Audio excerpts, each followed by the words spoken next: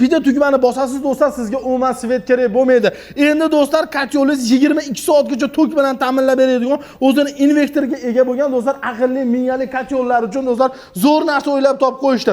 Nur kotyollarga yetib kelganmiz. Qo'qonda biz do'stlar, qaranglar, 5 xil, 6 xil model bo'ladi. Eng zo'r tarafi do'stlar, kotyollar endi 2 xona uchun ham, 10 xona uchun ham bor. Eng zo'ri 349 dollardan boshlanadi do'stlar.